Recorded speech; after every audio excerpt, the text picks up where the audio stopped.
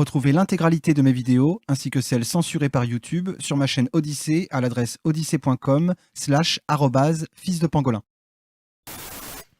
Bonsoir, j'aimerais faire le point avec le peuple américain sur nos efforts pour protéger l'intégrité de notre très importante élection de 2020. Si vous comptez les votes légaux, je gagne facilement. Si vous comptez les votes illégaux, ils peuvent tenter de nous voler l'élection. Si vous comptez les votes qui sont arrivés en retard, nous les examinons de très près, mais beaucoup de votes sont arrivés en retard. J'ai déjà gagné de manière décisive de nombreux États clés, avec des victoires massives en Floride, en Iowa, en Indiana, en Ohio, pour n'en citer que quelques-uns. Nous avons remporté ces victoires et bien d'autres encore, malgré l'ingérence historique des grands médias, de l'argent et des technologies de pointe dans les élections. Comme tout le monde a pu le voir, nous avons remporté des chiffres historiques. Les sondeurs se sont sciemment trompés. Ils se sont sciemment trompés. Les sondages étaient tellement ridicules, et tout le monde le savait à l'époque. Il n'y a pas eu la vague bleue qu'ils avaient prévue. Ils pensaient qu'il y aurait une grande vague bleue. C'était faux. Cela a été fait pour des raisons de répression. Mais au lieu de cela, il y a eu une grande vague rouge. Et cela a été en fait correctement reconnu par les médias. Ils ont été, je pense, très impressionnés, mais c'était après coup. Cela ne nous aide pas. Nous avons conservé le Sénat, bien qu'ayant 2 fois plus de sièges à défendre que les démocrates.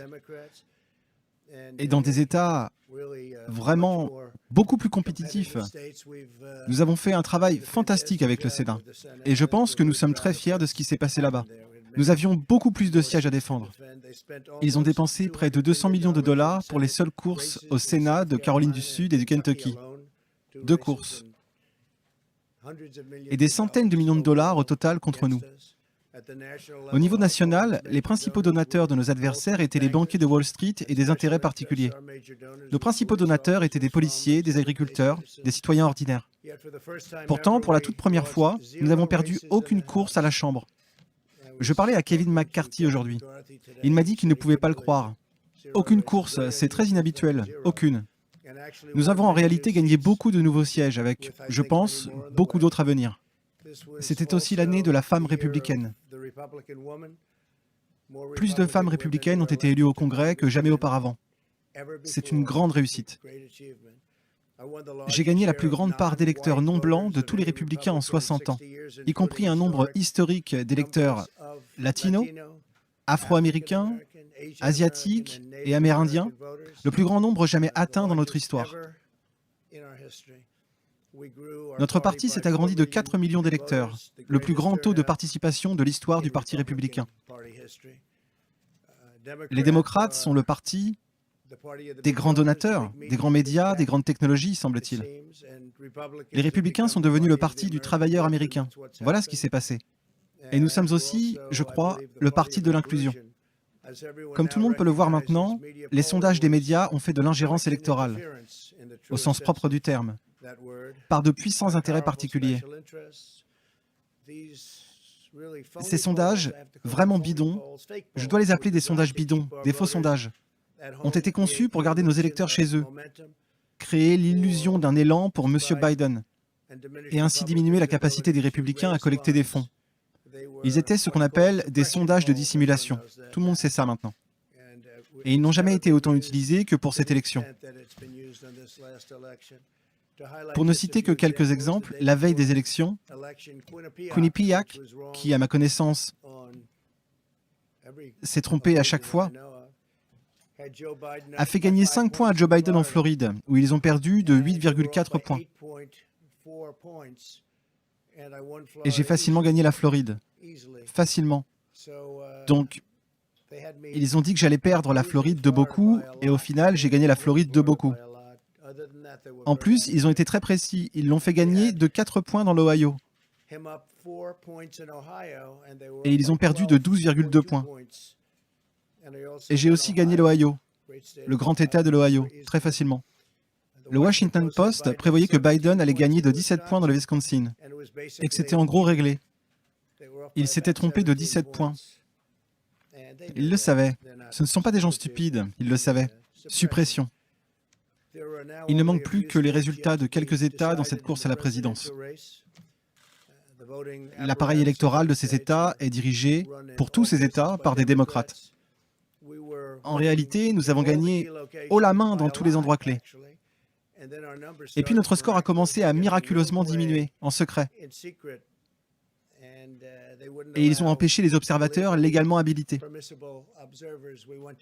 Nous avons fait appel à la justice dans quelques cas, et ainsi pu obliger à faire entrer les observateurs. Et quand les observateurs sont arrivés, ils voulaient qu'ils soient à 20 ou 30 mètres de distance, ou à l'extérieur du bâtiment pour observer les gens à l'intérieur du bâtiment. Et nous avons gagné un dossier, un gros dossier. Et d'autres sont en cours. Il y a beaucoup de litiges. Même au-delà de nos litiges, il y a un nombre énorme de contentieux partout à cause de ce processus injuste. Et ça, je l'avais prédit. Je parle du vote par correspondance depuis longtemps, qui a totalement détruit notre système. C'est un système corrompu, qui corrompt les gens même s'ils ne le sont pas par nature. Et ils deviennent corrompus. C'est trop facile. Ils cherchent de combien de votes ils ont besoin et ils semblent pouvoir les trouver. Ils attendent, et puis ils les trouvent.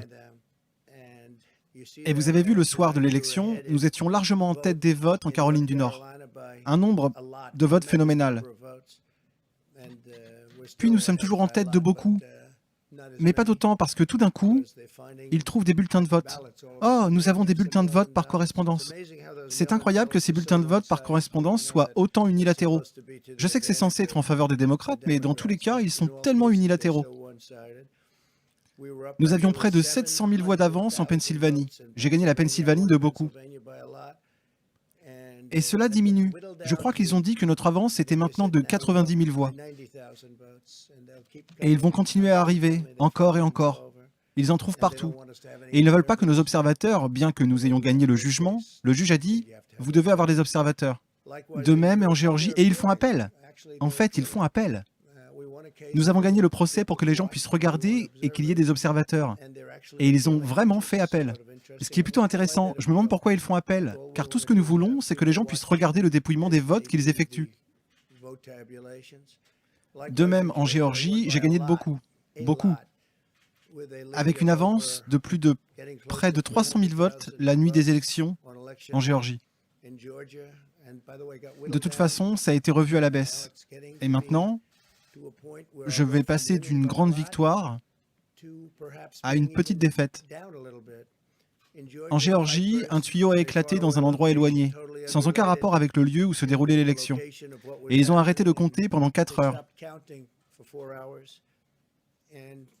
Et beaucoup de choses se sont passées. L'appareil électoral en Géorgie est dirigé par les démocrates. Nous avons également eu des marges de 300 000 dans le Michigan. Nous étions très haut dans le Michigan. Nous avions gagné l'État. Pareil pour le Wisconsin, et de manière fantastique. Puis les scores ont été revus à la baisse. Partout, ils ont été revus à la baisse. Aujourd'hui, nous sommes sur la bonne voie pour gagner l'Arizona. Il ne nous reste plus, je suppose, que 55% des voix restantes. 55% de marge. Et c'est une marge que nous avons largement dépassée. Nous verrons ce qu'il adviendra de tout ça, mais nous sommes en bonne voie pour gagner l'Arizona. Notre objectif est de défendre l'intégrité de l'élection. Nous ne permettrons pas à la corruption de voler une élection aussi importante, ou n'importe quelle autre élection d'ailleurs. Et nous ne pouvons pas permettre le silence. Tout le monde fait taire nos électeurs et fabrique des résultats. Je fais beaucoup de choses publiques depuis longtemps. Et je n'ai jamais eu quelque chose d'autant inspiré par les gens. Appeler, parler, nous envoyer des choses, je n'ai jamais vu autant d'amour, autant d'affection et autant d'esprit que pour cela. Les gens savent ce qu'il se passe, et ils voient ce qui se passe, c'est sous leurs yeux. Il y a de nombreux cas qui seront rapportés très prochainement. Il y a d'énormes litiges en cours, et c'est un cas où ils essaient de voler une élection. Ils essaient de truquer une élection. Et nous ne pouvons pas laisser cela se produire. Détroit et Philadelphie, connus comme 2 des endroits politiques les plus corrompus de notre pays, facilement, ne peuvent pas être responsables de l'organisation de l'issue d'une course présidentielle. Une course présidentielle très importante. En Pennsylvanie, les démocrates se sont adressés à la Cour suprême de l'État pour tenter d'interdire nos observateurs électoraux, et ce de manière très ferme. Maintenant, nous avons gagné le procès, mais ils vont de l'avant, ils ne veulent pas que quelqu'un soit là. Ils ne veulent pas que quelqu'un les regarde alors qu'ils comptent les bulletins de vote. Et je ne comprends pas pourquoi. Il n'y a absolument aucune raison légitime pour qu'ils ne veuillent pas que des gens regardent ce processus. Parce que si c'est en règle, ils devraient être fiers. Au lieu de cela, ils essaient, de toute évidence, de commettre une fraude. Il n'y a aucun doute à ce sujet. À Philadelphie, les observateurs ont été tenus à distance, très loin, à tel point que les gens utilisent des jumelles pour essayer de voir. Et cela a causé d'énormes problèmes. Ils mettent du papier sur toutes les fenêtres pour que vous ne puissiez pas voir à l'intérieur. Et les personnes qui sont interdites sont mécontentes et deviennent parfois violentes. Le 11e circuit a décidé qu'en Géorgie, les votes devaient arriver au plus tard le jour du scrutin. Qu'ils devaient être là le jour du scrutin, mais cela n'a pas été le cas. Des votes arrivent après le jour du scrutin. Et ils avaient déjà établi la règle que les votes devaient arriver au plus tard le jour du scrutin. À ma connaissance, les votes devraient être arrivés pour le jour du scrutin, mais ça n'a pas été le cas. Les responsables démocrates n'ont jamais cru qu'ils pourraient gagner cette élection honnêtement. Je le pense vraiment. C'est pourquoi ils ont procédé à des votes par correspondance, où la corruption et la fraude sont énormes.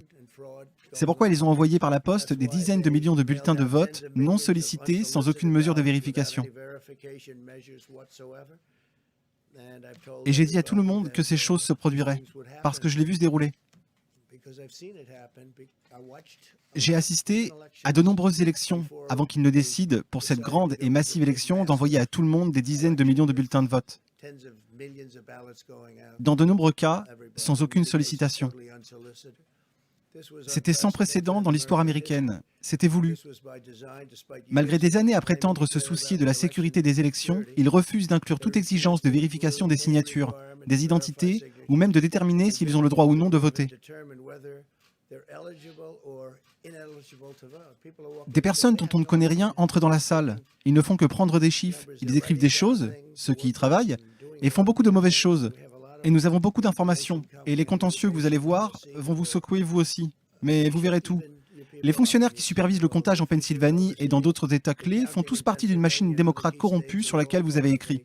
Et depuis longtemps, vous avez écrit sur la machine démocrate corrompue. J'y ai fait mes armes et j'en sais beaucoup. Cela n'a pas changé. C'était il y a longtemps et ça n'a pas changé. C'est devenu pire.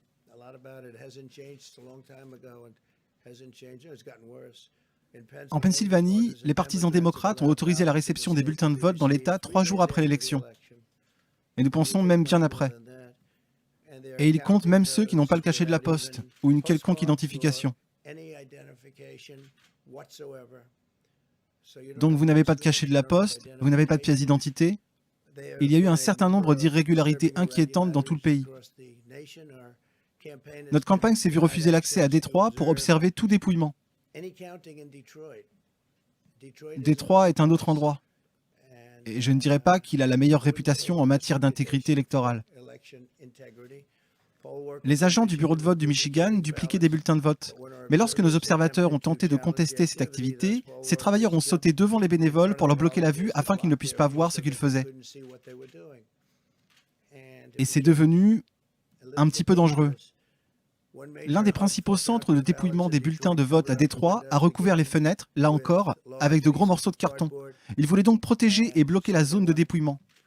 Il ne voulait pas que quiconque voie le dépouillement, même si les observateurs, qui sont des observateurs légaux, étaient censés être là. À Détroit, il y a eu des heures de retard inexpliquées dans l'acheminement d'une grande partie des bulletins pour le dépouillement.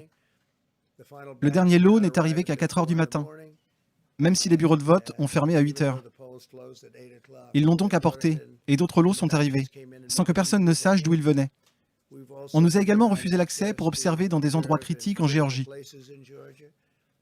Dans de nombreux États clés, le dépouillement a été interrompu pendant des heures et des heures la nuit de l'élection, avec, dans les principaux lieux de vote gérés par les démocrates, des résultats cachés, n'étant publiés que plus tard. Et ils sont certes apparus, et ils portaient tous le nom de Biden, ou presque, je pense, presque tous. Ils portaient tous le nom de Biden, ce qui est un peu étrange. Je mets Joe et tous les démocrates au défi de préciser qu'ils ne veulent que des votes légaux, parce qu'ils parlent de vote, et je pense qu'ils devraient utiliser le mot légal, vote légaux. Nous voulons que chaque vote légal soit compté, et je veux que chaque vote légal soit compté. Nous voulons de l'ouverture et de la transparence. Pas de salle de comptage secrète, pas de bulletins mystères, pas de votes illégaux après le jour des élections. Il y a le jour des élections, et les lois sont très strictes à ce sujet. Vous avez un jour d'élection. Et les gens ne veulent pas que des votes soient exprimés après le jour du scrutin. Ils veulent que le processus soit honnête. C'est très important. Nous voulons des élections honnêtes, nous voulons un dépouillement honnête, et nous voulons que des personnes honnêtes travaillent là-bas, parce que c'est un travail très important.